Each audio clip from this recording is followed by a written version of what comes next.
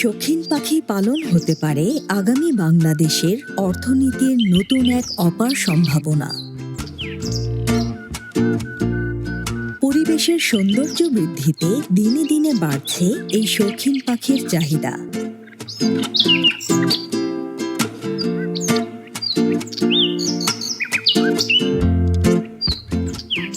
আমার এই বিল্ডিংয়ের ছাদটার মধ্যে মূলত হচ্ছে 3 প্রজাতির ময়ূর আছে।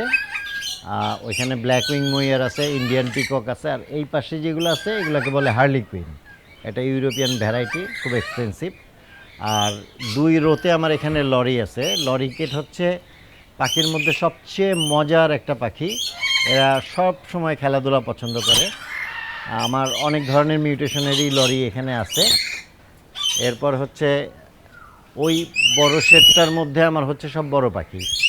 ওখানে ইলেকটাস আছে, তারপর আপনার গ্রে প্যারট আছে, আপনার ব্লু অ্যান্ড গোল্ড ম্যাকাও আছে, গ্রিন উইন ম্যাকাও আছে, তারপর পায়োনাস আছে, কাকাতুয়া আছে। এগুলো সব আমার ওই শেডটার মধ্যে। আমি মূলত পাখি ন্যাচারাল এনভায়রনমেন্টে পালতে পছন্দ করি। ওদের হাফ শেড করা এবং হাফ ওপেন। এরা রোদ বৃষ্টি সব উপভোগ করে। এই জিনিসটা আমি করার পর থেকে এদের হেলথ কন্ডিশন, ব্রিডিং সব কিছুই মোটামুটি আমি খুব ভালো পাইছি। সব অনেকে জানতে চায়, সেটা সম্বন্ধে জানতে চায়। তারা যারা এসে দেখে তো দেখে, আর আপনার ভিডিওর মাধ্যমে অনেকে জানতে পারবে যে কীভাবে সেট আপ করবে। আল্লাহর সৃষ্টি আপনি দেখেন এই পাখিগুলা, ওর মধ্যে কতগুলা কালার আছে। এটার নাম ইয়েলো বিপ। এর মধ্যে ভায়োলেট আছে, রেড আছে, ইয়েলো আছে, ব্লু আছে, গ্রিন আছে। এরপর এই পাখিটা দেখেন, এর মধ্যে আল্লাহ কত রকম সৌন্দর্য দিয়ে দিছে। সৃষ্টির অপরূপ সৌন্দর্য এই পাখির মধ্যে আছে।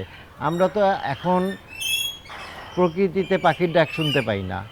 প্রকৃতি নষ্ট হয়ে গেছে, আমাদের প্রকৃতি আমরা হারায় ফেলছি। এখন সেই পাখির আওয়াজ শোনার জন্যই আমরা এখন পাখি পালি।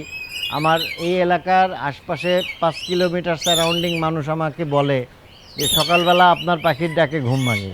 আমার শুনতে ভাল লাগে যে সবাই এনজয় করে। আমার আশপাশে বাড়ি ঘর যারা আছে, অনেকে শুনি ঢাকা শহরে পাখি পালতে তাদের বিভিন্ন রকম ক্লেম হয়, তা বলে যে পাখি পালতে দিবে না।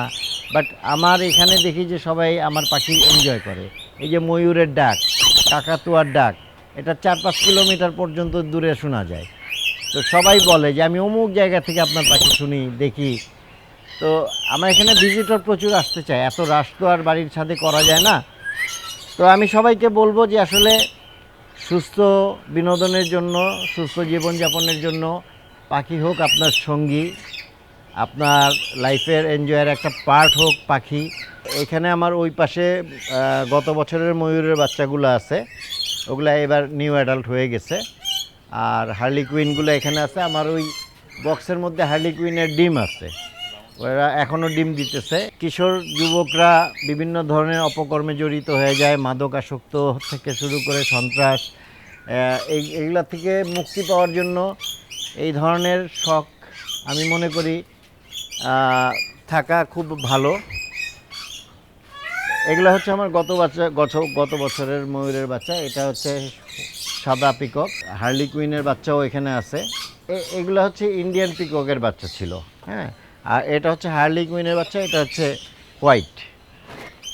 এই হোয়াইটটা বাংলাদেশে রেয়ার। আর ইন্ডিয়ান পিককের মধ্যে হোয়াইট যেটা, আর এটা হলো হার্লি কুইনের মধ্যে হোয়াইট, এটা ডিফারেন্ট।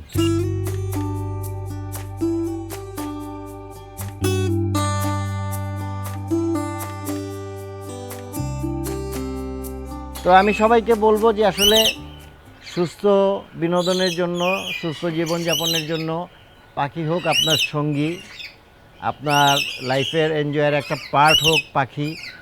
সুস্থ ধারার বিনোদনের জন্য পাখি পালেন, অসুস্থ বিনোদনকে না বলেন, মাদককে না বলেন। আমরা আবার সেই একটা ফেলোশিপের মধ্যে চলে আসি। আমাদের প্রকৃতি রক্ষা করার জন্য হলেও আমরা এইসব পাখি পালি। আর না হয়তো দেখা যাবে বনের পাখি চোরাকারবারিরা ধরে বিক্রি করতেছে। অনেকে সেই ওই যে সবুজ টিয়া, চন্দনা, ময়না, আমাদের প্রকৃতি থেকে ধরে ধরে বিক্রি করে। এগুলো বন্ধ করা উচিত, রোধ করা উচিত।